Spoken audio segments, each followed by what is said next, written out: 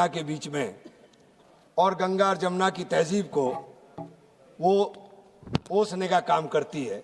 एक तरफ माँ शाकुंभरी की सिद्धपीठ है, दूसरी तरफ दारुल उलूम देवबंद है।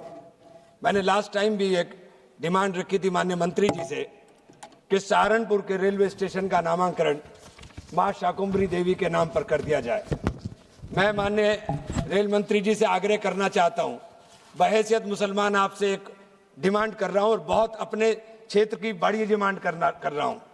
और देवबंद जिसने जंग आज़ादी की लड़ाई में दारुल उलूम का एक अहम किरदार रहा हो, वहाँ फ्रीडम फाइटर मौलाना हुसैन अहमद मदनी साहब के नाम पर देवबंद के रेलवे स्टेशन का नामांकन कर दिया जाए।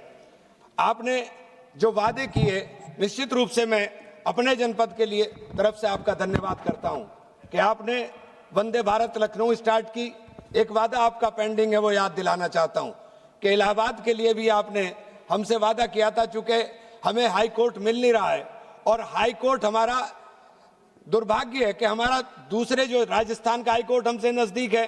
अगर मैं राजस्थान हाई कोर्ट जाना चाहूं तो नजदीक, पंजाब जाना चाहूं तो नजदीक। तो मेरी आपसे गुजारिश है कि हाई कोर्ट की डिमांड तो पूरी होनी, कम से कम रेल की डिमांड पूरी कर दीजिए। तो मेरी आपसे ये मौदबाना दरखास्त है कि आप इसके ऊपर बहुत गौर व फिक्र कर, और हुजूर घंटी मत बजाइएगा, मेरी बज जाएगी एकदम घंटी, इसलिए प्लीज जरा थोड़ा सा पढ़ने दीजिएगा।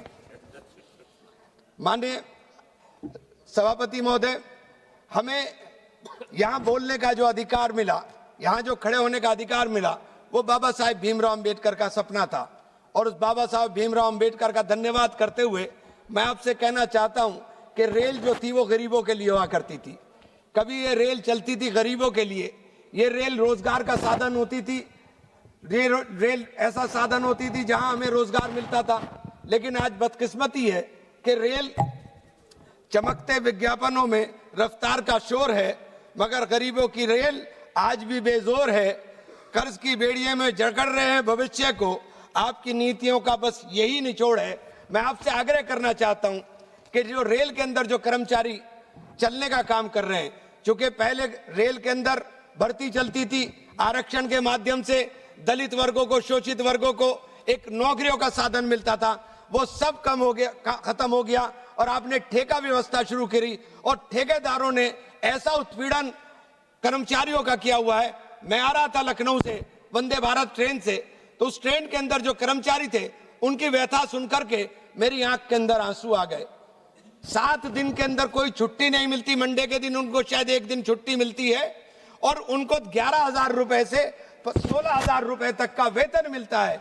और उसके अंदर ड्यूटी उनकी, उसी ट्रेन से जाना है, उसी ट्रेन से आना है, उनकी ड्यूटी 20 से 22 घंटे की मान्यवर होती है।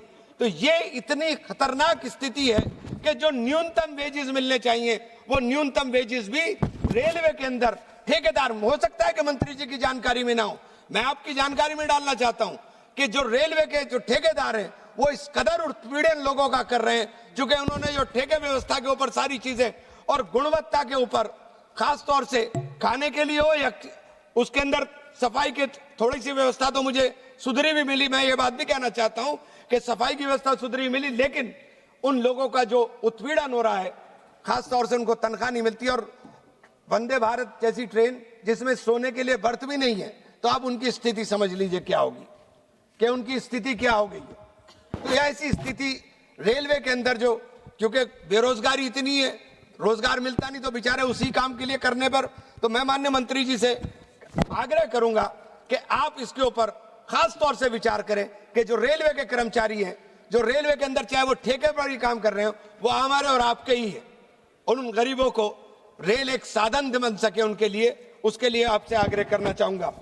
आपसे आग्रह करना चाहूंगा कि हमारे सहारनपुर से वाया शामली जितनी ट्रेन आपने कोरोना काल के अंदर बंद हो गई थी, उन ट्रेन को स्टार्ट करा दे, चूंकि वो गरीबों का सहारा है, वो गरीबों के लिए है। उसके अंदर एसी की ट्रेन नहीं थी, वो गरीबों की ट्रेन है। उन गरीबों की ट्रेन चलाने का अगर आप काम करेंगे तो निश्चित रूप से हम आपके आभारी होंगे।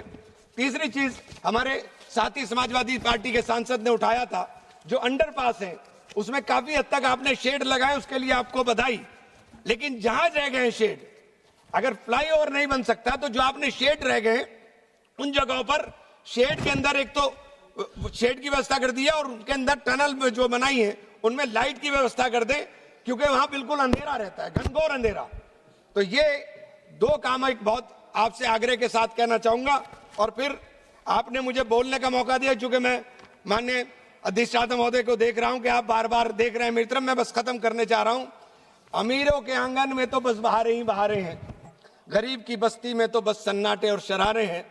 आपकी नीतियां तो बस अमीरों की चौकीदारी है, बाकी तो सब वक्त के मारे और बेसारे। मान्यवर, बहुत बहुत धन्यवाद, बहुत बहुत शुक्रिया।